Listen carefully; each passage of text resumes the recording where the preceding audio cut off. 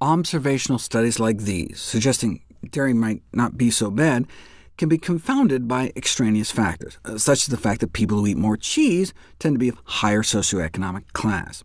Fine, but what about this interventional study, a randomized crossover trial which compared a high-fat cheese diet to a high-fat meat diet to a low-fat diet, a high cheese diet, cheese, which is loaded with saturated fat, a high meat diet, meat, which is loaded with saturated fat, versus carb, a low-fat diet, and people ended up with the same cholesterol levels. Let's see how they did it. Half the study was paid for in part by the dairy industry, and the other half paid for by dairy. If you're the dairy industry, and you're trying to design a study to show that a high cheese diet doesn't raise cholesterol, how would you go about doing that? Anyone remember this video? It's one of my favorites. The beef industry was in the same pickle as the cheese industry. Beef has saturated fat, which raises cholesterol, which raises the risk of dying from our #1 killer. What's an industry to do? So they designed a study where they added beef, and cholesterols went down. How is that possible? Here's the two diets. They added beef, and the cholesterol went down. They did this by cutting out so much dairy, pork, poultry, fish, and eggs that their overall saturated fat intake was cut in half. They cut saturated fat levels in half, and the cholesterol levels went down. Well, duh! They could have swapped in Twinkies and said snack cakes lower your cholesterol, or frosting, or anything. OK, so now that you know the trick, let's go back to this study. The way to get the same cholesterol levels is to make sure all three diets have the same amount of saturated fat. Now, how are you going to do that? How are you going to get a high-fat cheese diet and a high-fat meat diet to have the same saturated fat as a diet with neither? Unless— wait, don't tell me. Wait, they added coconut oil or something to the other diet?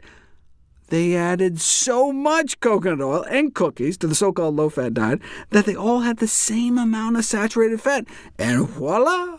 That's how you make a cheese or meat-rich diet that doesn't raise cholesterol. That reminds me of the desperation evident in this study that compared the effects of dairy cheddar cheese to a non-dairy cheddar cheese called Daiya. Milk consumption has plummeted in recent years as people have discovered plant-based alternatives like soy milk and almond milk, and now there's plant-based cheese alternatives. What's the National Dairy Council to do?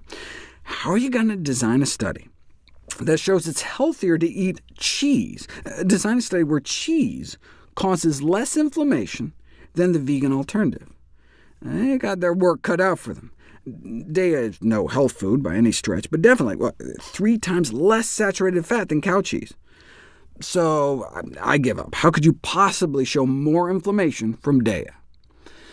Well, there is one fat that may cause more inflammation than milk fat, palm oil. In fact, it may raise cholesterol levels as much as trans fat-laden, partially hydrogenated oil. Yeah, but what, are you telling me they slipped the Daiya group some extra palm oil on the side? Yes! Can you believe it? They compared cheese to Daiya plus palm oil. So much extra palm oil that the vegan alternative meal ended up having the same amount of saturated fat as the cheese meal. That's like proving tofu is worse than beef by doing a study where they compared a beef burger to a tofu patty stuffed with lard. Oh wait, the meat industry already did that. But at least they had the decency to concede that replacement of meat by tofu in the habitual diet would probably not usually be accompanied by the addition of lard.